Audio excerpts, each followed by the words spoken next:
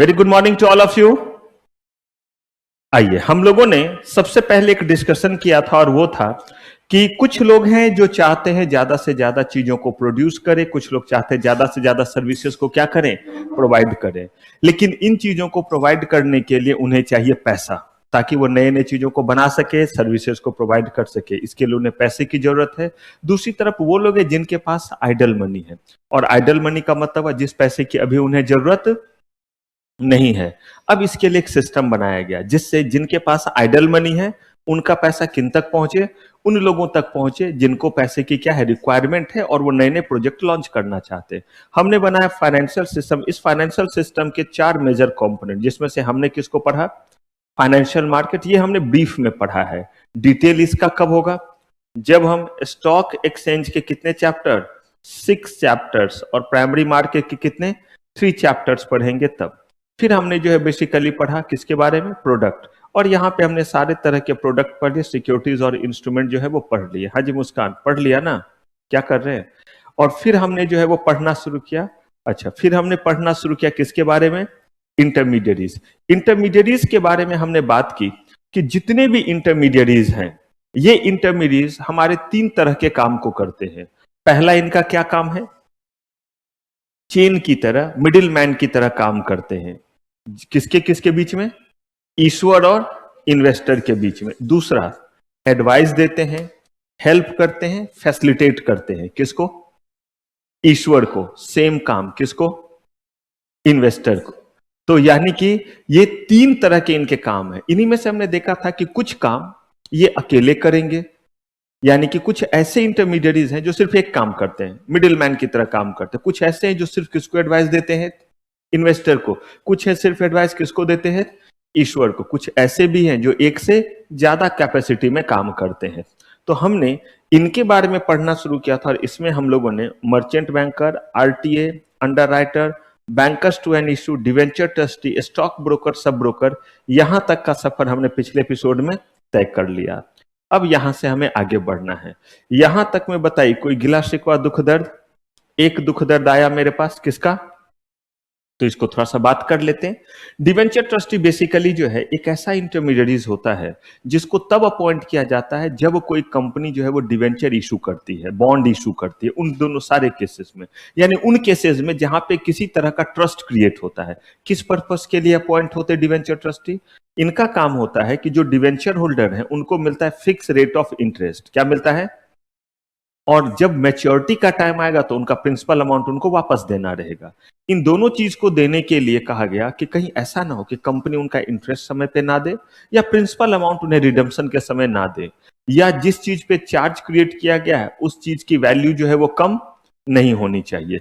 कहा अगर ऐसा होता है तो, कहा ऐसा होता है तो इसी काम के लिए कौन होंगे, डिवेंचर ट्रस्टी। और अगर वो देखेंगे कि कंपनी में कुछ गड़बड़ हो रहा है जिससे इनके पैसे नहीं मिलेंगे, तो पहले से ही वो जो है वो शोर मचाना शुरू करेंगे और फटाक से चुगली करेंगे किसको, सेबी को, कि इनका तरीका सही नहीं है, इस तरीके से शायद जो है वो इनको समय पे क्या ना मिल पाए, इंटरेस्ट वगैरह जो है वो समय पे ना मिल पाए। ये बात जो है वो क्या करेंगे, उनको जो है वो कन्वे करेंगे। ये हुआ आपके डिवेंचर ट्रस्टी। अगर मान लीजिए कि इनमें से कोई भी चीज अगर समय पे नहीं जा रहा है, इंटरेस्ट या रिडम्पशन के समय में पैसा नहीं मिल रहा है, और या जो है वो कौन सा सिचुएशन हो रहा है, या जो है वो क्या सिचुएशन आ रहा है, या ऐसा सिचुएशन आ रहा है जिसमें जिस चीज पे चार्ज क्रिएट किया गया था उसकी वैल्यू क्या हो गई है, कम हो गई है। अगर ऐसा कोई भी सिचुएशन हुआ है तो इनको जो है वो कहा जाता है कि ये जो है वो नॉमिनी डायरेक्टर की तरह अपॉइंट हो सकते हैं कंपनी में। इसका मतलब है कंपनी का हर दिन का जो अफेयर होगा उसमें वो भी एक डायरेक्टर हो गए और चीजों को विजुलाइज करेंगे। क्लियर है, यही इनका ड्यूटी रिस्पॉन्सिबिलिटी हुआ कि ये अकाउंटेबल होंगे किसके लिए, डिवेंचर होल्डर के लिए। हाँ जी निक्की, आप इतने से हैप्पी हैं या मैं और भौंकूं, क्लियर है, ठीक है। अब अगर इसमें कोई और चीज रहेगा तो आप मुझे बताइए, तब मैं और एक्सप्लेन करूं। ये इनके काम हुए। चलिए अब हम किस पे आते हैं, पोर्टफोलियो मैनेजर। तो देखिए, portfolio manager, research analyst, investment adviser, इन 3 को एक साथ पढ़ेंगे क्योंकि ये 3 एक जैसे जुड़े हुए लोग हैं। लेकिन ये है क्या, ये जरा समझते हैं। तो चलिए सबसे पहले जरा हम बात करते हैं किसके, हम बात करते हैं पोर्टफोलियो मैनेजर की। ध्यान से समझिएगा चीजों को, क्योंकि ये तीनों एक दूसरे के साथ मिक्स है, एक जैसा चीज है। पोर्टफोलियो मैनेजर बेसिकली क्या है, मान लीजिए कि किसी के पास 1,000 रुपया, तो वो अपना पैसा खुद लगाएगा। लेकिन मान लीजिए कि कोई ऐसा व्यक्ति जिसके पास जो है वो 5 करोड़ रुपया, विशाल के पास जैसा नाम उतना ही पैसा, विशाल मनी, इनके पास 5 करोड़ रुपया। अब ये 5 करोड़ रुपया मार्केट में लगाना चाहते हैं। पैसे तो इनके पास बहुत सारा है, लेकिन बुद्धि नहीं है, यानी कि सिक्योरिटीज मार्केट की बुद्धि नहीं है। अब ये चाहते हैं कि मेरा पैसा सुरक्षित है, क्योंकि हमारे यहां मैक्सिमम ऐसे लोग हैं जिनके पास पैसा है लेकिन सिक्योरिटीज मार्केट की समझ नहीं है, नॉलेज नहीं है। आप देखिएगा बड़े सारे जो हैं प्रॉपर्टी डीलर वगैरह, वो सिक्योरिटीज मार्केट के बारे में थोड़ा जानते हैं, लेकिन पैसे तो बहुत है। यहाँ पे जो थोक में जो है वो फल के जो है या सब्जी वगैरह जो बेचते हैं, आजादपुर मंडी वगैरह में देखिएगा, लाखों का गल्ला एक दिन का होता है। पैसे तो बहुत है उनके पास, लेकिन उनके पास बुद्धि नहीं है, किस चीज की, सिक्योरिटीज मार्केट की नॉलेज नहीं है। कहा कि इन लोगों को देख करके एक बिजनेस शुरू हुआ, और कुछ ने कहा कि हम काम ही यही करेंगे। क्या काम करेंगे, कि जिनके पास पैसा है उनके पैसे के लिए हम उनको एडवाइस देंगे कि इस कंपनी में लगाओ, इस समय लगाओ और इस समय निकल जाओ। कहा ये हम एडवाइस देंगे। कहा ये तो अच्छी बात है, अगर ऐसा करेंगे तो क्या होगा, कहेंगे अगर ऐसा करेंगे तो इसके लिए जो है वो आपको जो है वो पैसे मिलेंगे। और ये बिजनेस शुरू किया, और उसी पर्सन को बोला गया पोर्टफोलियो मैनेजर। क्या बोला गया, पोर्टफोलियो मैनेजर। तो पोर्टफोलियो मैनेजर बेसिकली क्या करते हैं, पोर्टफोलियो मैनेजर का काम है कि लोगों के पोर्टफोलियो को मैनेज करते। एकदम ध्यान से सुनिएगा चीजों को। दो तरह के ये होते हैं, एक इनका काम है सिर्फ आपको एडवाइस देना, ये आपको बता देंगे कि इस जगह पैसे लगाइए और इस समय पैसे लगाइए और इस समय निकल जाइए। अब मान लीजिए कि दो लोगों ने सर्विसेज हायर की, लेकिन ये हमेशा कंपनी के फॉर्म में होते हैं, यहाँ पे बड़े नॉलेजेबल लोग होते हैं और वो आपसे कमीशन लेते हैं, पैसे लेते हैं, तब आपको सलाह देते हैं। अब उन्होंने आपको सलाह दिया, आपकी मर्जी, आप चाहे तो उस सलाह को माने, चाहे तो उस सलाह को नहीं माने, ये आपकी मर्जी है। मान लीजिए कि दो लोगों को, मैं पोर्टफोलियो मैनेजर के पास मान लीजिए काम करता था, इंसान ही तो वहां काम करेंगे, वहां पे जो है वो विशाल भी आए और वहां पे जो है वो हर्षिल भी आए, दोनों मालदार असामी। मैंने दोनों को सलाह दिया कि आप जो है वो इंफोसिस नाम के कंपनी में पैसे लगाएं, और मैंने कहा कि आप 100 रुपीज पे एंट्री करें, दोनों को कहा। जब दोनों को कहा तो दोनों ने 100 रुपीज पे एंट्री किया। 1 लाख शेयर विशाल ने भी लिया, 1 लाख शेयर किसने लिया, हर्षिल ने भी लिया। बड़े लोग 1 करोड़ रुपया लगा दिया। लेकिन मैंने कहा था कि आपको जो है यहाँ पे एग्जिट कर जाना है, और वो एग्जिट 120 पे कर जाना है। कितने पे, दोनों ने मुझे इसके लिए पैसे दिए हैं, मैं अपनी सर्विसेज इन्हें दे रहा हूं, 120 पे इन्हें क्या कर जाना है, एग्जिट कर जाना है। ठीक है, ये दोनों को तो मैंने कहा। हर्षिल ने जो है वो कहा कि सर ने जो बोला है वो मान लेते हैं, और ये 120 पे एग्जिट कर गए, तो बताइए इनको कितने का प्रॉफिट हो चुका है, 20 लाख का प्रॉफिट ये बुक करके बैठ गए। विशाल ने बोला सर तो ऐसे ही बोलते हैं, सर के बोलने से थोड़ा ना हम सारा काम करेंगे, थोड़ा देर और रुक जाते हैं ताकि ब्रोकरेज बचे, और बढ़ेगा, 130 में बेचेंगे। प्राइस 121 हो गया, ये और खुश। और हर्षिल को कह रहे देखा बड़ा सर सर करता था, चला गया ना सब। अब देख 122, देख मैंने नहीं ना बेचा, 123, देख मैंने नहीं ना बेचा, होते होते होते प्राइस हो गया 90। अब जो है वो ये बेचे नहीं।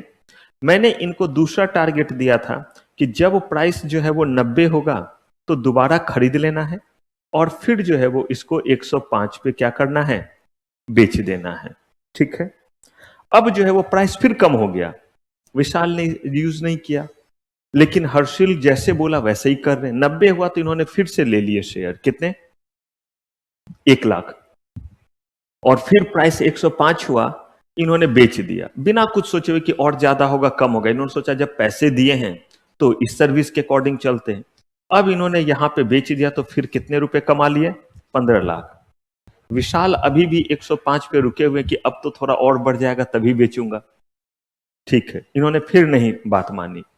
फिर मैंने टारगेट दिया था, और अब टारगेट दिया था कि प्राइस जो है वो 80 होगा तो खरीद लेना है, और 95 पे बेच देना है, क्योंकि उसके बाद मार्केट रुक जाए, उसके बाद इसमें इन्वेस्टमेंट नहीं करना है। 105 में बेचे नहीं, फिर होते होते 80 हो गया, अब और नहीं बेच रहे हैं विशाल, लेकिन तब तक जो है ये 80 पे फिर खरीद लिए और 95 आया तो इन्होंने क्या कर दिया, बेच दिया। हर्षिल को फिर 15 लाख का क्या हो गया, प्रॉफिट हो गया। ठीक है, और इस बार ये सोच रहे कि 95 या कम से कम 100 पे तो आए, लेकिन अभी बहुत दिन तक मार्केट वहां नहीं आ रहा है, क्योंकि मैंने बोला अब वहां पे मार्केट में मौका नहीं मिलेगा। तो देखिए जरा, इन्होंने जो है वो 50 लाख का प्रॉफिट क्या कर लिया, बुक कर लिया। विशाल नहीं बुक कर पाए, उसके पीछे वजह था कि बताया तो दोनों का सर्विस इन्होंने लिया था, दोनों उतने ही पैसे दिए, लेकिन जो है वो हर्षिल ने बात को माना, इन्होंने बात को नहीं माना। आपकी मर्जी, पोर्टफोलियो मैनेजर की आपने सर्विस ली है, आप चाहे तो क्या करें, उनके बात को माने, चाहे तो उनके बात को नहीं माने, ये आपकी मर्जी है। कहा ठीक। अब देखिए क्या होता है, नहीं मानने के पीछे दो वजह था। एक जो है वो इनका लाइफ बहुत बिजी था, ये उतना ध्यान नहीं रखते थे, या ये राक्षस टीचर के पास क्लास करते थे जो फोन के देखने पे ही सजाए मौत सुना देते हैं। तो फोन तो बैग में था, तो दिखेगा कैसे प्राइस क्या आया। अब ये कहते हैं कि क्या कोई ऐसा बंदा मिलेगा जो मेरे बदले में क्या करे, जो मेरे बदले में जो है वो खुद जो है वो शेयर में पैसे लगाए, इनके बदले में पैसे खुद लगाए और इनको लगाने की जरूरत ना पड़े। तो कहा ऐसा भी सर्विस देते हैं, उनको बोलते हैं डिस्क्रिमिनेटरी पोर्टफोलियो मैनेजर। क्या बोलते हैं? और इस काम के लिए वो थोड़ा सा जो है वो आपसे क्या करते हैं, ज्यादा जो है वो कमीशन लेते हैं, क्योंकि अब आपको वो सिर्फ एडवाइस नहीं दे रहे हैं, बल्कि क्या कर रहे हैं, आपके लिए जो सुटेबल है, आपने बस पैसा दिया है, उसको खरीद भी रहे हैं और बेच, हाँ होगा आपके अकाउंट में ही, प्रॉफिट और लॉस आपका होगा, लेकिन जो है वो ये काम भी वो कर दे रहे हैं। उसको बोलते हैं डिस्क्रिमिनेटरी पोर्टफोलियो मैनेजर, जो आपके फंड को भी मैनेज करते हैं। जो ये एडवाइस देते हैं या जो फंड मैनेज करते हैं, दोनों के लिए वो आपसे पूछते हैं, एज पूछते हैं, और ये भी पूछते हैं कि कितना रिस्क लेना चाहते हैं, कितना पैसा लगाना चाहते हैं, इस पैसे की फिर रिक्वायरमेंट आपको कब है, ये सारी बात आप उनको क्या करते हैं, बताते हैं। और इसी बेसिस पे वो आपके लिए कस्टमाइज तरीके से पोर्टफोलियो तैयार करते, ये नहीं कि सबके लिए एक ही चीज दे दिया। मैं मान लीजिए बूढ़ा व्यक्ति, मैं जो है वो चाहूंगा कि मेरे पैसे अगर मुझे 20 साल बाद बहुत ज्यादा भी मिलेगा तो काम नहीं, क्योंकि अभी मुझे जरूरत होगी। आप कहते थोड़ा हम रिस्क भी ले सकते हैं, मैं बोलूंगा नहीं, फैमिली की लाइबिलिटी है मेरे ऊपर, मैं जो है वो रिस्पॉन्सिबिलिटी है, मैं जो है वो ज्यादा रिस्क नहीं ले सकता। तो मेरे रिस्क लेने के एपेटाइट पे, मेरे एज, मेरा इनकम, इन सब के बेसिस पे जब मैं उनको बताता हूं तो उस बेसिस पे वो मेरा पोर्टफोलियो तैयार करते हैं। पोर्टफोलियो का मतलब इन तरह के कंपनी में मुझे क्या करना है, इन्वेस्ट करना है, यही क्या हो गया, मेरा पोर्टफोलियो हो गया। ये बेसिकली है। तो ये है पोर्टफोलियो मैनेजर। पोर्टफोलियो मैनेजर को जो है, अगर कोई जो है वो लाइसेंस लेना चाहता है, तो इनका नेटवर्थ कम से कम कितना होना चाहिए, 2 करोड़ होना चाहिए। और ये आपके इन्वेस्टमेंट के लिए आपको गारंटी नहीं देते हैं। क्या नहीं देते हैं? गारंटी। और आप इनके ऊपर किसी तरह का क्लेम नहीं कर सकते, किसी भी तरह के कंपनसेशन के लिए। किस तरह का क्लेम कंपनसेशन का मतलब, इसका मतलब यह हुआ कि अगर किसी को लॉस हुआ, मान लीजिए यहां ना प्रॉफिट होता गया, हर्षिल बात को मानते, विशाल नहीं माने, विशाल को नुकसान हुआ, विशाल तो कुछ बोल ही नहीं सकते, लेकिन हर्षिल ने क्या किया था, बात माना था, और वो भी थोड़ा नहीं, कंप्लीट बात को क्या किया था, माना था। तो जब इन्होंने पूरी बात मानी थी और तब अगर इनको नुकसान होता तो क्या ये मेरे पास आकर के मुझसे रिकवर कर सकते थे? नहीं। सेबी ने कहा नहीं, ऐसा नहीं कर सकते। आप कहिएगा सर तो फिर ये कैसा प्रोटेक्शन हुआ, कि ऐसे में तो लोग पैसे भी दे रहे हैं और नुकसान हुआ। तो कहा गया कि कहीं भी मार्केट की गारंटी किसी के भी पास नहीं है। लेकिन जरा खुद सोचिए, ये आपसे पैसे लेते हैं, उसके बाद इंटेंशनली ये आपका नुकसान क्यों कराएंगे? अगर ये नुकसान कराएंगे तो क्या इनका बिजनेस चलेगा, इनका धंधा चलेगा? जैसे इनका जो है वो काम चलना बंद हो जाएगा। ठीक वैसे ही जैसे आप पास करें, फेल करें, आप फेल करें तो भी मेरे ऊपर केस नहीं फाइल कर सकते, ना ही मुझसे कोई कंपनसेशन ले सकते हैं। लेकिन मेरा इंटेंशन क्या रहेगा कि मैं जानबूझ करके ऐसे पढ़ाऊं कि आप फेल ही करें? क्या इसमें मुझे कोई बेनिफिट होगा? बल्कि आप पास करेंगे, ज्यादा अच्छा रिजल्ट होगा, ज्यादा आपको अच्छी पढ़ाई लगेगी, तो शायद इस बेसिस पे ज्यादा बच्चे आएंगे, रिकमेंडेशन पे ही बच्चे आते हैं। तो कहा कि इसलिए मेरे ऊपर कोई ये नहीं है कि मुझे अरेस्ट कर लिया जाएगा, मुझसे कंपनसेशन लिया जाएगा, लेकिन उसके बावजूद भी क्या मैं गलत पढ़ाना चाहूंगा? ठीक वैसे ही यहाँ पे पोर्टफोलियो मैनेजर को आप जो है वो ब्लेम नहीं कर सकते हैं, उनसे कंपनसेशन नहीं ले सकते, but they are trying to do their best, और उसके अकॉर्डिंग वो क्या करते हैं, काम करते हैं। ये है पोर्टफोलियो मैनेजर। लेकिन देखिए हुआ क्या, वो सुनिए। अब मान लीजिए मैंने चार्टर्ड लंदन से किया, और उसमें भी सिक्योरिटीज एंड इन्वेस्टमेंट में ही चार्टर्ड मैंने किया। अब मैं चाह रहा हूं कि मैं भी क्या करूं, मैं भी एडवाइस दूं, मैं भी जो है इस काम को करूं। आता तो है काम, लेकिन क्या करूं, गरीब आदमी। और यहां पे देखिए क्या लिख दिया इन्होंने, नेटवर्थ कितना होना चाहिए, और साथ में कह रहे बॉडी कॉर्पोरेट होना चाहिए। चलिए बॉडी कॉर्पोरेट तो कोई बात नहीं, बन जाऊंगा, लेकिन बॉडी कॉर्पोरेट बनने के बाद क्या करना पड़ेगा, नेटवर्थ लाना पड़ेगा। नेटवर्थ कहां से लाऊं, यही तो नहीं है।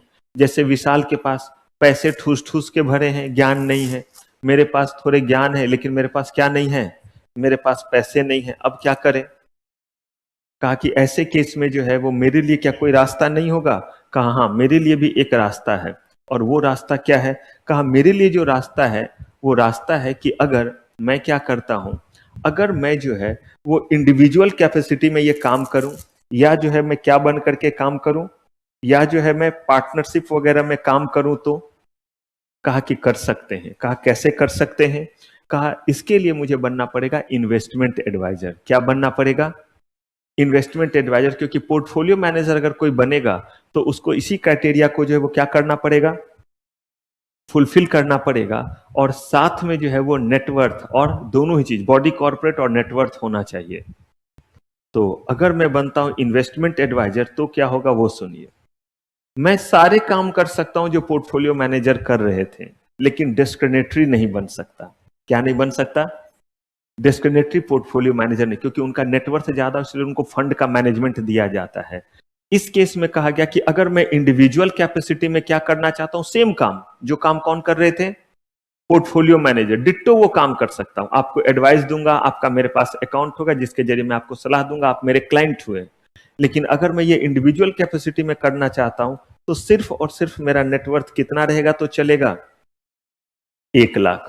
कितना, 1 लाख। अगर आप इंडिविजुअल कैपेसिटी में या किस कैपेसिटी में, पार्टनरशिप बन के, लेकिन अगर कंपनी के फॉर्म में करना चाहते हैं तो कितना होना चाहिए। लेकिन इस केस में क्या मैं पोर्टफोलियो मैनेजर का जो डिस्क्रिमिनेटरी वाला वर्क था वो कर पाऊंगा, कहा नहीं। तो ठीक है भाई, जितना मैं भी तो अपना सारा नॉलेज के अकॉर्डिंग कोई ना कोई काम तो कर ही सकता हूं। ये हो गए आपके कौन, इन्वेस्टमेंट एडवाइजर। ये भी सेम काम करेंगे, बाय का, सेल का, अमाउंट वगैरह सब जो है वो आपको बताएंगे। हाँ जी, सबका बच्चा। अगर आप पोर्टफोलियो मैनेजर बनना चाहते हैं तो पहला काम क्या हुआ कि आप बॉडी कॉर्पोरेट बनेंगे, और नेटवर्थ कितना होगा, 2 करोड़ का।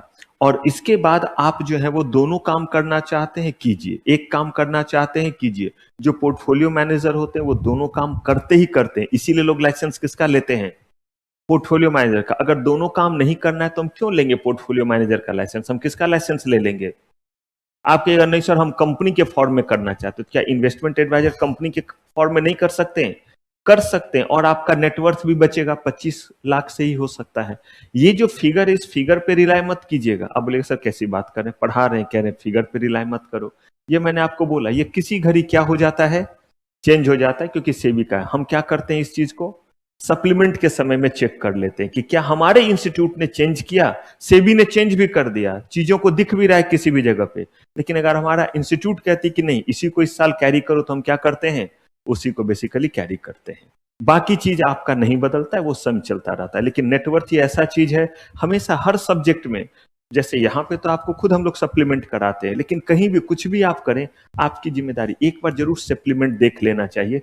बाकी कॉन्सेप्ट के लिए नहीं ज्यादा रहता है, सबसे ज्यादा होता है कोई डिजिट जैसा चीज है, उस केस में रिक्वायर्ड होता है।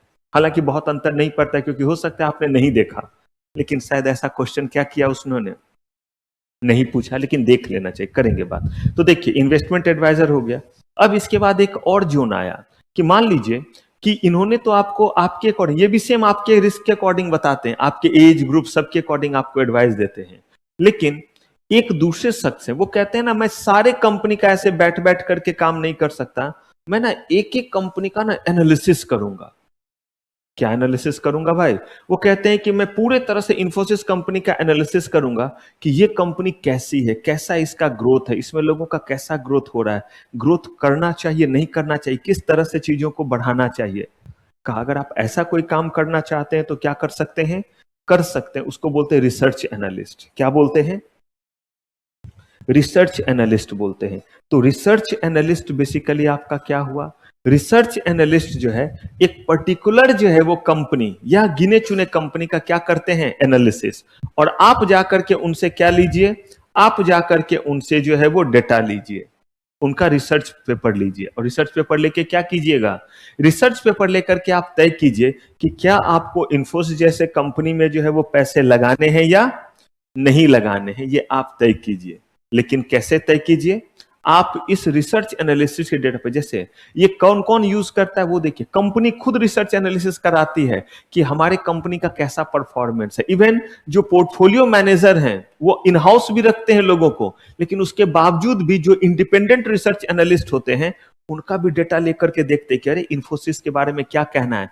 तब वो अपने क्लाइंट को एडवाइस देते हैं किसी जो है वो इंस्ट्रूमेंट के बारे में, किसी कंपनी के बारे में। तो रिसर्च एनालिस्ट का सबसे ज्यादा डेटा का यूज कहां पे होता है? सबसे ज्यादा जो है वो डेटा का यूज होता है जब जब जो है वो कंपनी आईपीओ लाती है। अब आईपीओ में आपको पैसा लगाना है, तो उसमें पूरा जो है वो हिस्ट्री, पूरा उसका जन्म कुंडली दिया हुआ है। किसका? उस कंपनी का। अगर अगर जोमेटो का आया, आप रिसर्च एनालिस्ट का डेटा देख लीजिए, तो उसमें आपको दिखेगा कि ये जो है वो क्या कह रहे हैं इसके बारे में। तो रिसर्च एनालिस्ट एक पर्टिकुलर कंपनी का कंप्लीट एस्पेक्ट बताता है कि आने वाले दिनों में प्रोजेक्ट कैसा है, उसके बेसिस पे आपको कहता है कि ये कंपनी का शेयर्स का अभी बाय का पोजीशन है, नहीं इसका सेल का पोजीशन है, या इंडिपेंडेंट है तो होल्ड करके रखो, या कभी कभी इंडिपेंडेंट कहते हैं मैं नहीं बोलूंगा, खरीदना है बेचना है मैं सारा कुछ बता देता हूं। मतलब इस लड़के से या इस लड़की से शादी करना है या नहीं करना है ये मैं नहीं बताऊंगा, मैं आपको बता रहा हूं कि ये कैसा लड़का है, ये कैसी लड़की है। यही बेसिकली हुआ। इसको आपको अपने काम में, जॉब में रखना है या नहीं रखना है ये मैं नहीं बोलूंगा, मैं ये बता देता हूं कि ये पर्सन कितना क्वालिफाइड है या क्या क्या इसने किया हुआ है। तो ये बेसिकली आपके क्या हुए? Research analyst. ये भी बताते हैं कि हाँ खरीद लो या क्या करो, बेच लो या होल्ड करो, या ये कहते हैं कि कुछ ऐसे भी मैं रिसर्च दूंगा जहां पे डिसीजन आप लेंगे, मैं सारा इंफॉर्मेशन दे दूंगा। और आप देखिए ना आपके लिए क्या सही लगता है। इंफॉर्मेशन है कि आने वाले दिनों में प्रोजेक्ट ज्यादा होगा, लेकिन अभी के प्रोजेक्ट सब अच्छे नहीं चल रहे। अब आप तय करो कि आने वाले दिनों के प्रोजेक्ट के बेसिस पे लगाएंगे या अभी के बेसिस पे। ये तो आपको देखना रहेगा ना कि आपको रिटर्न कितने दिनों में चाहिए। कह रहे 5 साल में बहुत अच्छा रिटर्न आएगा, आपको पैसे 2 साल से ज्यादा दिन नहीं लगाने हैं। ये है आपके कौन? Research analyst. और याद रखिए, रिसर्च एनालिस्ट ने एक कंपनी का रिसर्च कर दिया और एन नंबर ऑफ लोगों को ये बेचते हैं। इंडिविजुअल को, इन्वेस्टमेंट एडवाइजर को भी बेच सकते हैं, और किनको? पोर्टफोलियो मैनेजर को भी, कंपनी को भी, जिस कंपनी का बना रहे हैं वो भी कंपनी इनसे चीजों को लेती है। तो यहां पे ये आपको buy, sell, price target, research report, ये सारा कुछ क्या करते हैं? बना करके देते हैं। और सबसे ज्यादा इसका इस्तेमाल किस समय होता है? पब्लिक ऑफर के समय में, यानी आईपीओ के समय में, जब कंपनी जो है वो पब्लिक इशू लाती है उस समय में। आइए, they analyse information to provide recommendation about investment in securities to their client. Investors often view analyse an expert. ठीक है, जो हमने बात की सारी चीज को यहां पे लिख दिया। अब जरा आइए देखिए ये कौन बन सकता है। सेम जो है जो हमने कहां पे पढ़ा है, इन्वेस्टमेंट एडवाइजर में, डिट्टो वही क्राइटेरिया है। अगर आप कंपनी के फॉर्म में बनना चाहते हैं रिसर्च एनालिस्ट तो कितना? 25 लाख। अगर इंडिविजुअल या किसके कैपेसिटी में, इंडिविजुअल या पार्टनरशिप, तो कितना? 1 लाख आप बन सकते हैं का। ठीक है, आइए अब जरा बात करते हैं यहां पे कस्टोडियन के बारे में। हम इससे पहले कि कस्टोडियन पे आए, बहुत छोटा सा एस्पेक्ट है। एक बार तीनों को जरा आप क्लब करके, 30 सेकेंड है आपके पास या 1 मिनट है, बस इतना सोचिए कि portfolio manager, investment adviser, research analyst में कौन सा चीज कॉमन हुआ और कहां पे लाइन ऑफ डिमार्केशन है तीनों के बीच में। आप अपने कॉपी का यूज कर सकते हैं, बस ऐसे ही पॉइंटर, कॉपी हमेशा निकाल के रखिएगा मेरे क्लास में, कि ऐसे ही करके देखिए कि कौन सा चीज एक दिख रहा है कि हाँ इन दोनों में ये है, इसमें ये, तो तीनों को एक लाइन में रखिए। और ये नहीं मैं कि पूरा लिखने बोल रहा हूं, मैं बस बोल रहा हूं उतने कोई पॉइंट जिससे आप एक बार में मुझे बता सके, हाँ सर इसमें ये है, इसमें ये है और इसमें ये नहीं है। हाँ मुझे बताइएगा ना, तो उसको लिखिएगा तभी ना बोलिएगा, नहीं तो ऐसे कैसे याद रहेगा। आधा भूल भूल जाइएगा, फिर जब विशाल बोल रहे हो तो बोलिएगा सर एक और याद आ गया। बस पॉइंटर आप अपने दिमाग में जैसे रखते हैं ना, उसके लिए बस लिखेंगे।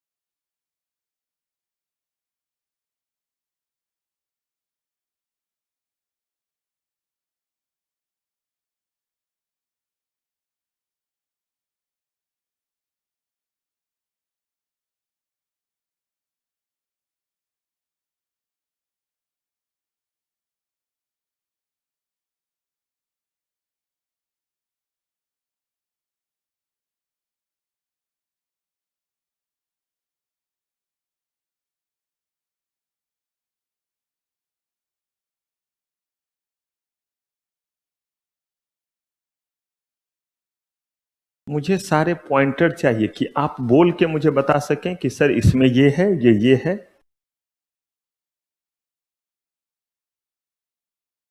कॉमन अनकॉमन तीनों के बीच में कंपैरिजन करेंगे तो कुछ कॉमन भी आएगा, कुछ क्या होगा, अनकॉमन।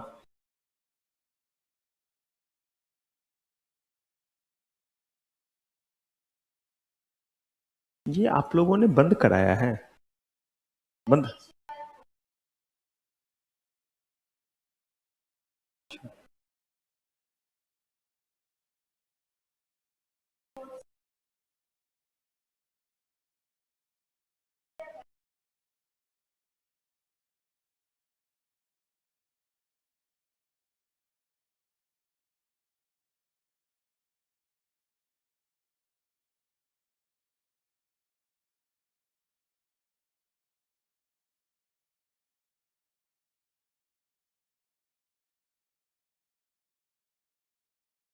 बुक से देखने की जरूरत नहीं पड़ेगी आपको, बस इंपॉर्टेंट।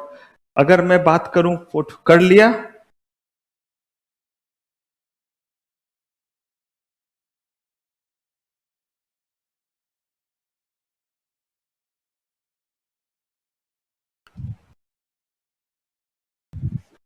बताइए सुमन एक कोई पॉइंट।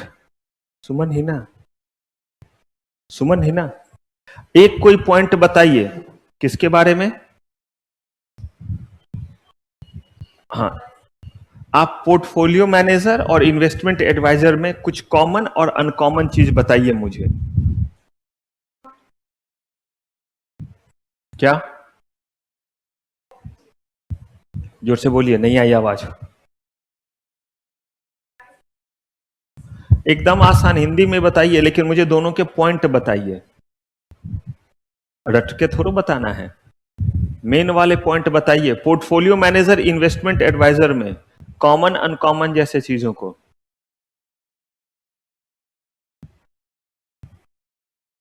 एक पॉइंट तो कोई बताइए। मेघना या मेघा, मेघना, हाँ, नेटवर्थ। इसका 2 करोड़ और उसका कितना, 25 करोड़ और 1 लाख, 25 लाख और 1 लाख, ठीक है। और कुछ,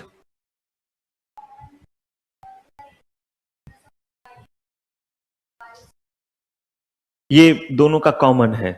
अनकॉमन वाला बताइए निकी। नहीं, अभी इन्वेस्टमेंट एडवाइजर और हम लोग पोर्टफोलियो मैनेजर में हैं।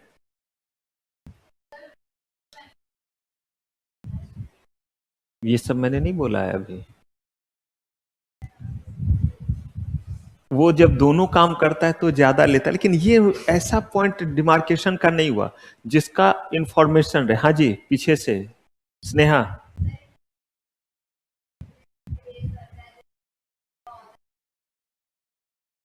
वो क्या करता है?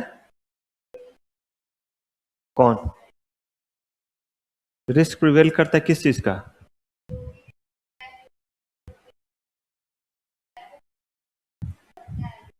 ये कौन सा चीज हुआ? ये तो एक स्टेटमेंट है। दोनों करता है, रिस्क प्रिवेल तो दोनों ही करता है। अलग लैंग्वेज उसमें लिखा हुआ है तो इसीलिए तो रटना नहीं है। प्रिवेल करना मीन्स क्या होता है? उसके रिस्क को वो अपने रिस्क के अकॉर्डिंग लेता है, क्योंकि उसके पास इंटेलिजेंसी है, तो उसके रिस्क को रिड्यूस करता है। उसके रिस्क को जो है वो प्रिवेल करने की जगह ये जो है वो उस रिस्क को खुद लेकर के चलता है। हर्षेल।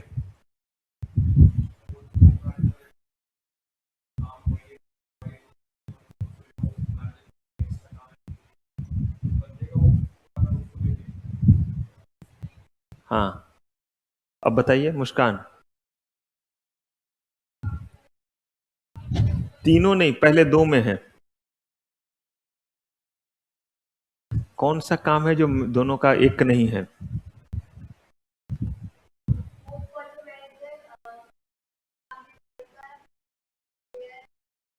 उसको फंड बोलते हैं। वो फंड भी मैनेज करता है।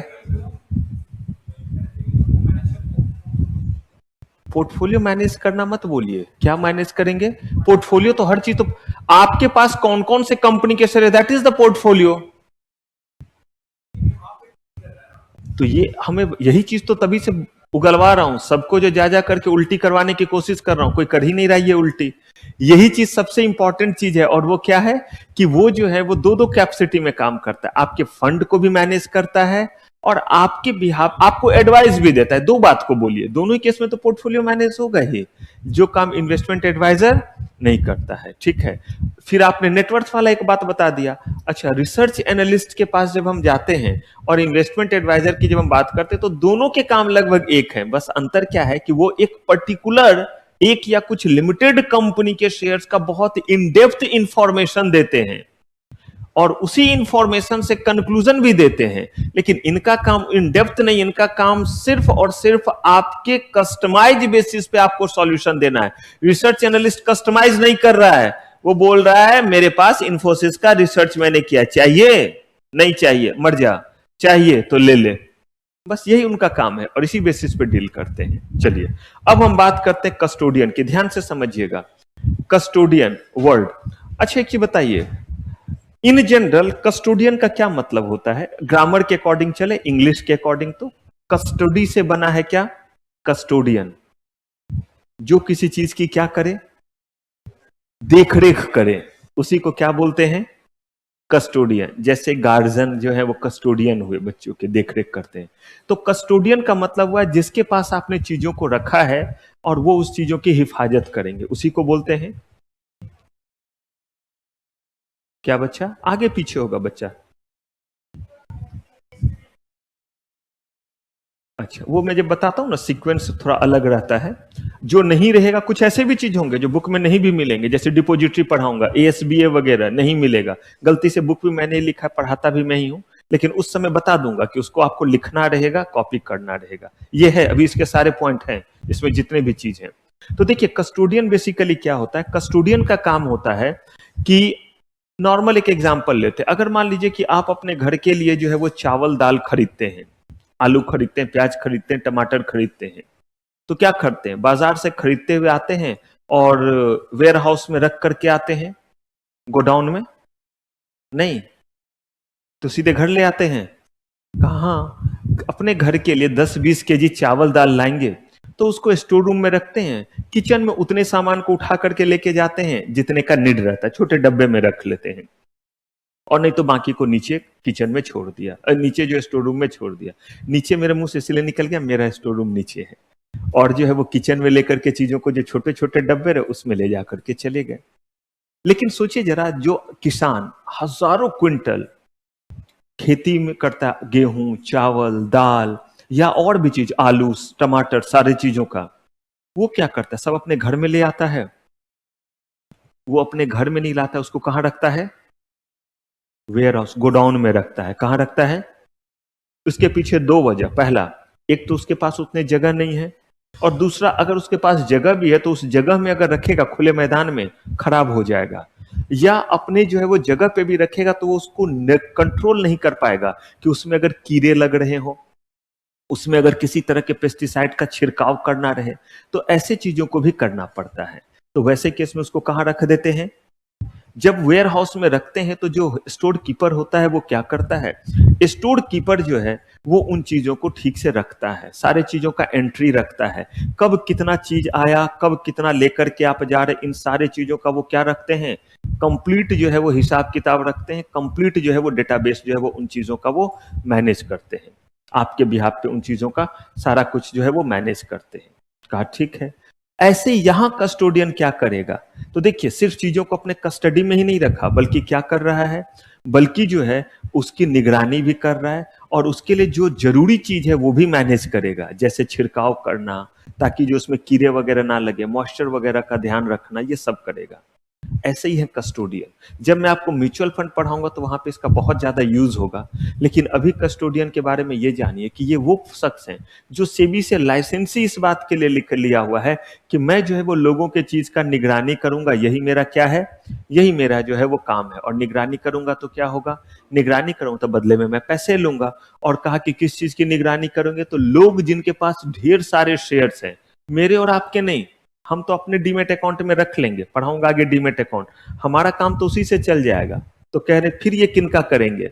कहा कि ये बेसिकली उन लोगों का करेंगे जो बहुत ह्यूज अमाउंट में शेयर्स डिवेंचर खरीदते हैं। तभी तो मैंने एग्जांपल दिया, किसान के पास हजारों केजी जो है वो क्या है, अनाज है, तो वो रखेंगे कहां पे? वो उस चीज को वेयर हाउस में रखेंगे। हमें आपको जो है वो वेयर हाउस में रखने की जरूरत नहीं है, इनको जरूरत पड़ेगी। कहा ठीक। अब इनके लिए क्या किया जाए? कहा कुछ नहीं, म्यूचुअल फंड वगैरह जो है वो बहुत ह्यूज अमाउंट में जो है वो इन्वेस्टमेंट करते, क्योंकि इनका काम ही है लोगों से पैसे इकट्ठा करना और उस पैसे को लगाना। तो हजारों करोड़ का ये शेयर्स डिवेंचर लेते हैं, इसीलिए वो कस्टोडियन को रखते ताकि वो उसको सही से कंट्रोल कर सके, कहां पे शेयर्स आपके गए हैं। प्लस सेबी ने भी बोला हुआ है कि अलग अलग लोगों के पास अगर अलग अलग काम रहेगा तो सारे लोग जब तक बेईमान नहीं होंगे तब तक मार्केट में गड़बड़ घोटाला नहीं होगा। तो कस्टोडियन का काम क्या हुआ? कस्टोडियन का काम हुआ कि इनका काम ही है कि अपने कस्टडी में चीजों को रखना, यही इनका जो है वो क्या है, बिजनेस आपका होता है, अपने कस्टडी में रखते हैं। और जब कस्टडी में रखते हैं तो याद कीजिए, हमने कहा कि चावल दाल इन चीजों को आप क्या करते हैं, अपने कस्टडी में तो रखते हैं, लेकिन कस्टडी में जब रखते हैं तो सिर्फ ये नहीं है कि कस्टडी में रखा और उसकी हिफाजत नहीं की, बल्कि उसको आप क्या करते हैं, उन चीजों का ध्यान भी रखते हैं। क्या करते हैं? ध्यान भी रखते। ठीक वैसे ही आपके पास शेयर्स हैं, उन्होंने आपके शेयर्स को रखा है, लेकिन कल के डेट में उस शेयर्स पे आपको और बोनस इशू में शेयर्स मिला, तो कहा कि अगर बोनस इशू में शेयर्स मिला तो ऐसे केस में वो शेयर्स भी आपके अकाउंट में पहुंच जाएगा, उसको भी वहां पहुंचा देंगे। कहा और कुछ? कहा हाँ, अगर आपको जो है वो उन शेयर्स पे क्या होता है, डिविडेंड मिलता है, तो डिविडेंड आपके अकाउंट में पहुंचा देंगे। मतलब वो सारे के सारे काम को करेंगे जो काम किससे रिलेटेड होंगे, जो काम आपके जो है वो आपके शेयर से रिलेटेड होंगे, उन सारे चीजों के लिए आपको क्या करेंगे, ये जो है वो एक तरह से सिक्योरिटी जो है वो प्रोवाइड करेंगे। क्लियर है? ये काम किसका होता है? ये काम होता है कस्टोडियन का। तो कस्टोडियन जो है वो चीजों को अपने सेफ कस्टडी में रखते हैं। किन चीजों को? सिक्योरिटीज को। और उन सिक्योरिटीज पे जितने भी तरह के जो है वो एस्पेक्ट क्रिएट होते हैं। किस तरह के एस्पेक्ट? अगर कहीं कोई बोनस, कहीं कोई राइट इशू, कहीं कोई जो है वो डिविडेंड, अगर ऐसा कोई भी बेनिफिट डिराइव हो रहा है तो बेनिफिट आपको क्या करते हैं, आप तक जो है वो प्रोवाइड करवाते हैं। यही इनका क्या है, यही बेसिकली काम है कस्टोडियन का। और इसी चीज के क्या लेते हैं, पैसे लेते हैं। देखिए, administrate and protect the asset of client, open A separate custody account and deposit account in the name of each client. ये क्या करते हैं, सारे क्लाइंट के चीजों को अलग अलग नाम से क्या करते हैं, रखते हैं, ताकि चीजें मिल ना जाए। बिल्कुल वैसे ही समझिए ना, स्टोर कीपर की तरह। बहुत सारे लोगों का सामान है, अगर एक जगह जो है वो रख देंगे तो चीजें मिक्स हो जाएगा, तो सबके चीजों को थोड़ा बाइफर्केट करके जो है वो रखते हैं, रिकॉर्ड करते हैं एसेट का, और कंडक्ट रजिस्ट्रेशन ऑफ सिक्योरिटी, यानी सिक्योरिटी से रिलेटेड जो भी उससे एंसिलरी वर्क है वो भी प्रोवाइड करते हैं। लेकिन देखिए इनका कितना होना चाहिए नेटवर्थ। अभी तक आप जितने भी देख रहे हो उसमें सबसे ज्यादा नेटवर्थ किसका मांग रहा है? क्यों? क्योंकि इनके पास लोगों के हजारों करोड़ के क्या हैं? शेयर्स। अनफॉर्चुनेटली लेकिन यही सत्य है, हमारे सोसाइटी में स्टेटस वाला उसको बोला जाता है जिसके पास पैसा क्या हो? ज्यादा, और उसी पे ज्यादा भरोसा किया जाता है। उसी को अलग अलग तरह के लाइसेंस मिलते हैं। अगर कोई लाइसेंस के लिए जाता है किसी तरह का, तो बोला जाता है आपका आईटीआर कितना है, कितना आपके पास मकान है, क्या है। तो हर चीज में तो इसी चीज को देखा जाता है। तो यहाँ पे भी हम कह रहे हैं कि आपके पास इतने लोगों के चीजों को हम रखने के लिए तब देंगे जब आपका स्टेटस उस तरह का हो। तो यहाँ पे नेटवर्थ कितना होना चाहिए? 50 करोड़ होना चाहिए या मिनिमम 50 करोड़? मिनिमम 50 करोड़, ठीक है। अब जिसके बारे में हम लोग बात कर रहे हैं इसका नाम है क्रेडिट रेटिंग एजेंसी। पूरे बात को बहुत ध्यान से सुनिएगा, क्योंकि पहले ये एक चैप्टर हुआ करता था। मैंने बोला सीएमएसएल का सिलेबस बहुत कम किया गया पहले से, इसीलिए कम किया गया क्योंकि इतने पे भी और फेल हो रहे हैं इस पेपर में बहुत ज्यादा, इसीलिए थोड़ा कम किया। पहले एक पूरा चैप्टर हुआ करता था जिसका नाम क्या था? क्रेडिट रेटिंग एजेंसी नाम का जो पूरा का पूरा एक चैप्टर था। अब ये है क्या, समझते हैं जरा। क्रेडिट रेटिंग एजेंसी बेसिकली एक ऐसे इंटरमीडियरीज हुए जिनका काम जो है वो क्या करना है?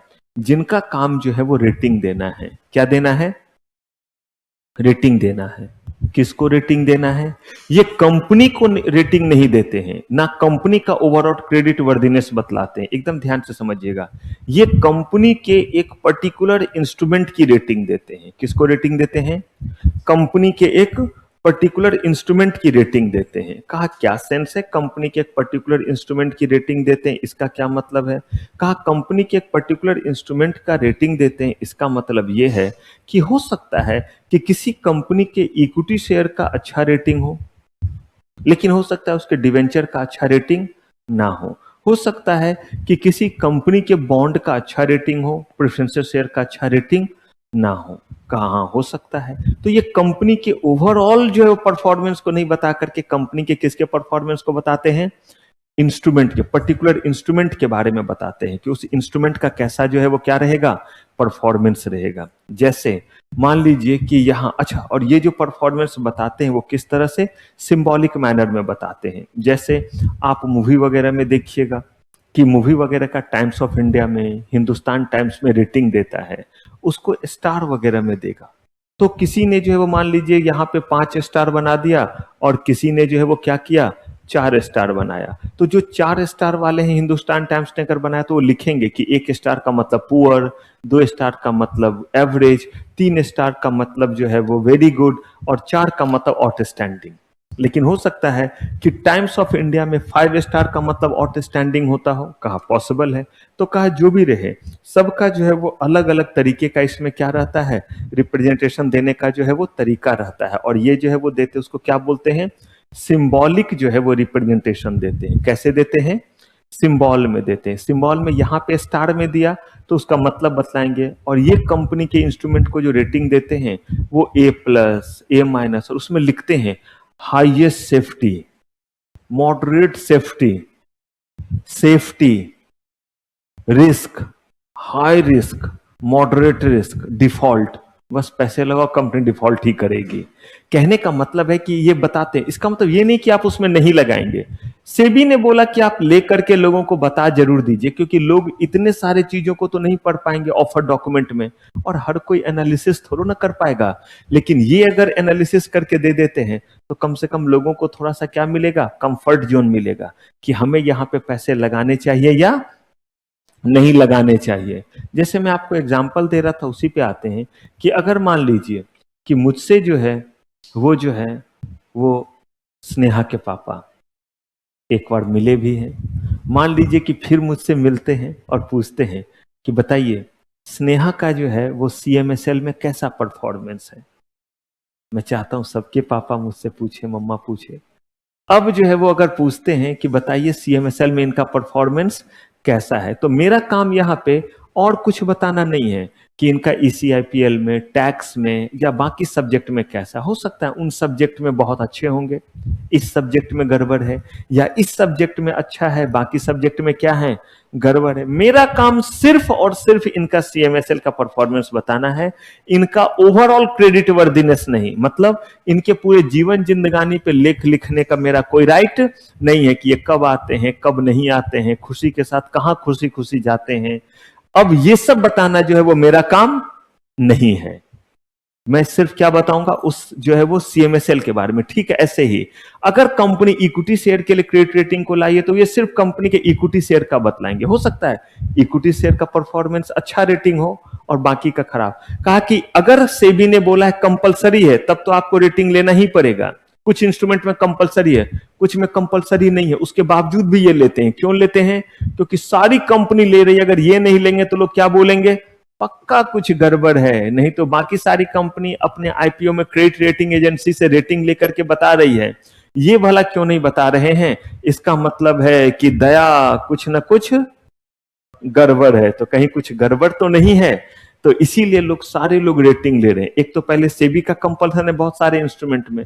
सेबी ने कहा कि अगर आप रेटिंग लेते हैं और हमने एक बोला है तो एक तो कंपलसरी है, आप और भी जगह से लेना चाहे तो क्या कर सकते हैं, ले सकते हैं। और कौन सा पब्लिश करेंगे? 4 जगह से रेटिंग लिया, पैसे लगेंगे ना क्रेडिट रेटिंग से रेटिंग लेंगे तो। और कौन सा वाला शो करें पेपर में? जो सबसे अच्छा वाला, यही कंपनी चाहेगी। यही तो सेबी बोलती है नहीं होगा। सेबी बोलती है कि इन्वेस्टर को धोखे में नहीं रखना है। आपको मैंने नहीं बोला था 4 जगह से क्या लेने के लिए? आप किसी एक जगह से लीजिए। अगर आपने 4 जगह से लिया है तो चारों का रेटिंग आपको क्या करना पड़ेगा, बताना पड़ेगा। और भले जो है वो 3 का बहुत अच्छा हो और 1 का क्या हो, खराब हो, तो भी आपको बताना पड़ेगा। वैसे रेटिंग में बहुत ज्यादा का अंतर नहीं आता है, क्योंकि सब लगभग एक ही जैसा जो है वो फिलॉसफी का यूज करते हैं, जिसमें बड़े सारे तरीके हैं। जिसमें से एक तरीका का नाम कैमल है, CAMEL। इसका मतलब ऊंट नहीं है। यहां कैमल का मतलब है C for capital, A for asset, M for management, E for efficiency, L for liquidity. मतलब इन पैरामीटर्स को ध्यान में रख करके वो क्या करते हैं, रेटिंग देते हैं इस मॉडल में। किस मॉडल में? जिस मॉडल का नाम क्या है, कैमल नाम का जो है वो मॉडल है इसमें। इसके अलावा कह रहे हैं कि क्या सबका रेटिंग एक जैसा होगा? कहा नहीं। किसी के लिए कोई पैरामीटर बहुत ज्यादा हो सकता है, कोई जो है वो उस पैरामीटर को क्या कर रहे हैं, शायद जो है वो कम इंपॉर्टेंस दे रहे हैं। कहा क्या मतलब है? कहा इसका मतलब ये है कि मान लीजिए कि 2 अलग अलग टीचर आपको रेटिंग दे रहे हैं, तो ओवरऑल तो सब कुछ देखेंगे, पढ़ाई देखेंगे, बाकी चीजों को देखेंगे। लेकिन हो सकता है कि किसी ने अपने एक खास पैरामीटर में ज्यादा पॉइंट रखा हुआ है कि भाई इस पैरामीटर में अगर कोई ऐसे करता है तो वो तो बहुत गड़बड़ है। ऐसे ही जैसे मान लीजिए कि मेरे केस में आप बहुत अच्छा पढ़ते हैं, बड़ी अच्छी बात है, सब इसको पैरामीटर रखेंगे, जवाब देते हैं, राइटिंग एबिलिटी सब कुछ करते हैं। लेकिन मेरे में एक और पैरामीटर है, अगर फोन निकला तो सूली पे लटका दो, तो मेरे लिए तो वो बहुत बड़ा कंसर्न हो गया। तो कह रहे हैं कि हो सकता है कि मैंने उस चीज को क्या किया हुआ है, ज्यादा जो है वो डिसिप्लिन को इसमें डाला हुआ है। का पॉसिबल है, लेकिन ओवरऑल सबका एक जैसा रहता है। लेकिन अगर आपको अलग भी रेटिंग मिला है तो आपको रेटिंग क्या करना पड़ेगा, डालना पड़ेगा। वो रेटिंग आपको क्या करना पड़ेगा, मेंशन करना पड़ेगा। अब सबसे बड़ा चैलेंज ये आता है कि यहां पे पैसे कौन दे रहे हैं रेटिंग वगैरह के लिए? कंपनी। पॉसिबल है कि ये बाइस्ड होकर के काम करें, है या नहीं है? कंपनी रेटिंग मांगने जा रही है और कंपनी ही पैसे दे रही है। हो सकता है बाइस्ड होकर के करे। अगर वो बाइस्ड होकर के गलत रेटिंग दे देते हैं तो सोचिए कितना बड़ा नुकसान है। सेबी का पूरा पर्पस डिफीट हो गया या नहीं हो गया? कौन सा पर्पस सेबी का डिफीट हो गया? कि इन्वेस्टर्स को प्रोटेक्ट करना था, सही इंफॉर्मेशन देना था। तो कहा कि अगर ये रेटिंग जो है वो सही देते हैं तो बहुत लोगों को फायदा होता है। इसीलिए बहुत हाई इथिकल नॉर्म्स रखा गया है। क्या रखा गया है? Ethical norms. इथिकल नॉर्म्स का मतलब होता है बाकी क्राइटेरिया जो है आपका नेटवर्थ वगैरह का अपनी जगह, लेकिन इनके भीतर जो जो डायरेक्टर वगैरह है उन पर बहुत निगरानी रखा जाता है कि कहीं इनका फाइनेंशियल मार्केट में कहीं फ्रॉड वगैरह का तो रिकॉर्ड नहीं है। इन चीजों का यहाँ पे क्या करते हैं, ध्यान रखते हैं। तो अब देखिए, अगर आपको अच्छा रेटिंग मिलता है तो किसका किसका अच्छा होगा? अगर अच्छा रेटिंग मिला तो कह रहे कि अगर अच्छा रेटिंग मिला तो सबसे पहले जो चीज होगा वो क्या होगा? कहा जो सबसे पहले चीज होगा वो ये है कि इन्वेस्टर को मदद मिलेगा डिसीजन लेने में। कहा ठीक है। कहा और फायदा क्या हो रहा? कहा दूसरा फायदा होगा कि जो इश्यूअर हैं उनके ज्यादा से ज्यादा इंस्ट्रूमेंट क्या होंगे? सब्सक्राइब होंगे। तो ऐसे केस में उन्हें क्या मिलेगा?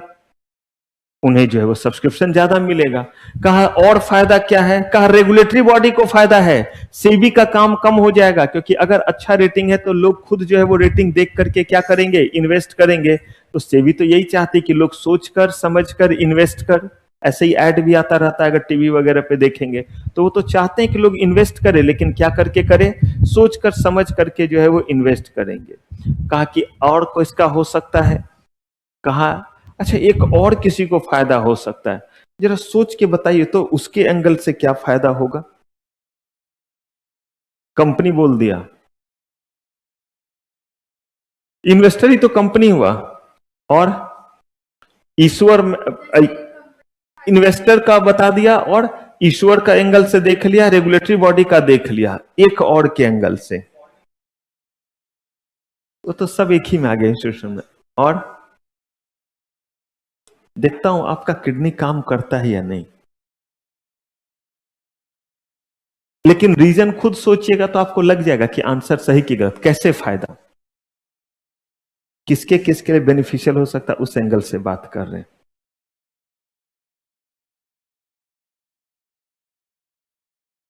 एक और बहुत इंपॉर्टेंट है। क्या? बिल्कुल सही। क्या बोला था? इंटर इंटरमीडिएरीज, एकदम सही कह रहे हैं। एक जो है वो किसके एंगल से? इंटरमीडिएरीज। कैसे इंटरमीडिएरीज के एंगल से? इंटरमीडिएरीज को कैसे फायदा हो रहा है?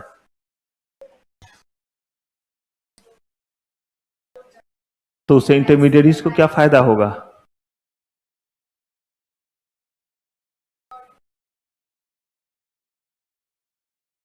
थोड़ा और बढ़िए, पब्लिक इशू के समय की बात है। इंटरमीडिएरीज तो है, लेकिन इंटरमीडिएरीज में रिकॉल कीजिए तो कौन कौन से इंटरमीडिएरीज को सीधे इस चीज से बेनिफिट होगा? अगर रेटिंग अच्छा है तो सब्सक्रिप्शन ज्यादा होगा, तो किसको सीधे डायरेक्ट पर असर पड़ेगा? हाँ, अंडरराइटर को। अंडरराइटर का काम ही तो है क्या देना? अंडरराइटिंग क्या लेना? ऑब्लिगेशन। अब बताइए, अगर जो है उसको फायदा कैसे होगा कि ओवर सब्सक्राइब होगा तो उसको लेने की जरूरत ही नहीं पड़ेगी और मुफ्त में उसको क्या मिलता रहेगा? तो या और भी इंटरमीडिएट, मर्चेंट बैंकर, जितने भी लोग हैं, ये सब जो है किसको? हाँ, लेकिन सबसे पहले मैं बोल रहा हूं कि अगर एकदम हिट करना चाहें आप, सबको फायदा होगा, इसलिए तो बोला इंटरमीडिएरीज। हम लिखेंगे तो एग्जाम में इंटरमीडिएरीज के पॉइंट ऑफ व्यू से भी, लेकिन यही मैं बताना बस चाहा कि कैसे कैसे जो है वो किनको किनको हो रहा है, क्योंकि इन सब का ऑब्लिगेशन है इशू को क्या बनाना? सक्सेसफुल बनाना। तो वही आपका बनेगा। क्लियर है? यही रेटिंग जब देते हैं तो अलग अलग कंपनी है रेटिंग देने के लिए, जैसे क्राइसिल है, इक्रा है, ओनिक्रा है, केयर है। अब इतनी बातें आपके उसमें नहीं है। क्यों नहीं है? क्योंकि मैंने क्या बोला, ये पूरा का पूरा क्या था? एक चैप्टर था, उसमें से छोटे पार्ट को हम बात कर रहे हैं 3 नंबर के लिए, इसलिए इतना इसीलिए बोला कि इसको बिना पढ़े हुए भी आप काम कर सकते। बस एक ही चीज इसमें इस समय आपको जानना है जो हमें नहीं पता है, और नेटवर्थ वो कितना? 5 करोड़। इसके अलावा जितनी बातें हैं, बहुत ज्यादा बातें ही हमने पढ़ी है, किसमें से हम क्या 5 नंबर के लायक या 3 नंबर के लायक नहीं लिख पाएंगे कुछ पॉइंट? ये बेसिकली है। क्लियर है?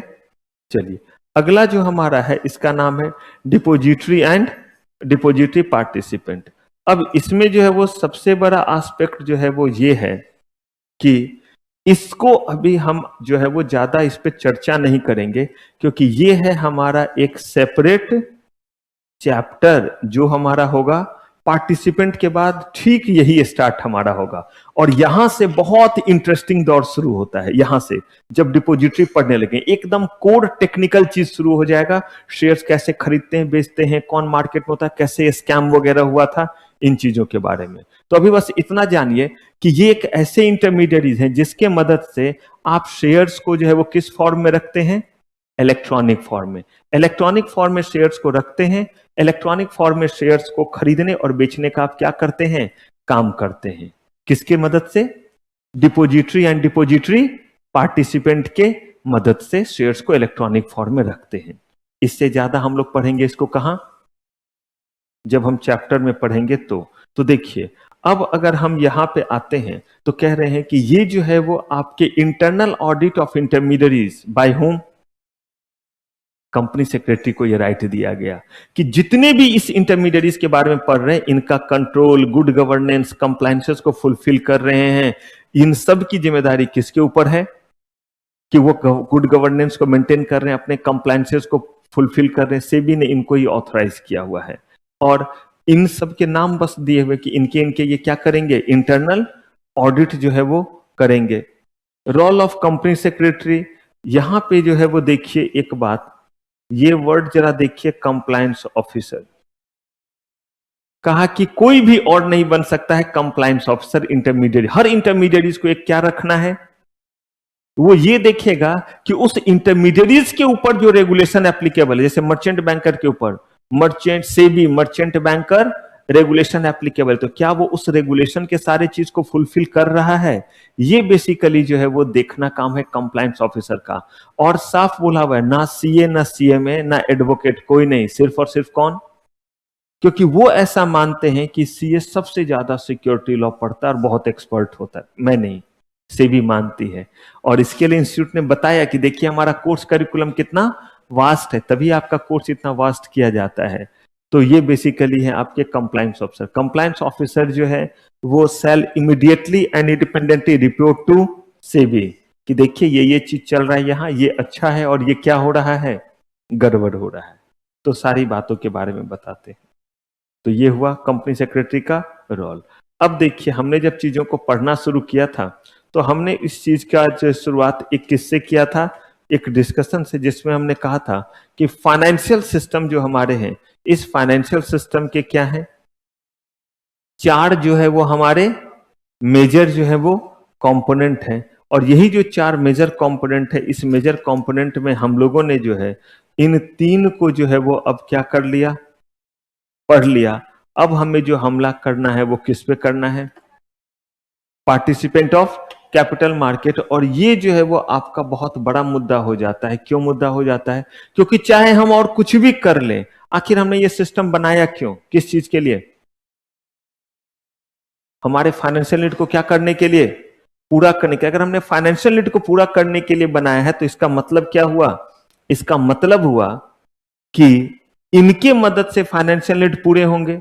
कहा गया कि सब तो बहुत अच्छा है, मार्केट भी जान गए, इंस्ट्रूमेंट भी जान गए, इंटरमीडिएरीज भी जान गए, अरे ये भी तो बताओ कि इन इंस्ट्रूमेंट में पैसे कौन लगाएगा? तब यहां पे कॉन्सेप्ट आया इसके किस विंग का? चौथे विंग का, जिसका नाम है पार्टिसिपेंट ऑफ कैपिटल मार्केट। इसका मतलब हर वो शख्स जो क्या कर रहा है? हर वो शख्स जो किसी ना किसी तरीके से मार्केट में इन्वेस्टमेंट कर रहा है, उसको हम क्या बोलते हैं? Participant of capital market. तो अब हम लोग जो है वो कहां पे हमला करेंगे? अब हम लोग हमला करेंगे पार्टिसिपेंट ऑफ कैपिटल मार्केट पे। तो चलिए, ये हमला हम लोग करेंगे अपने जो है वो नेक्स्ट एपिसोड में।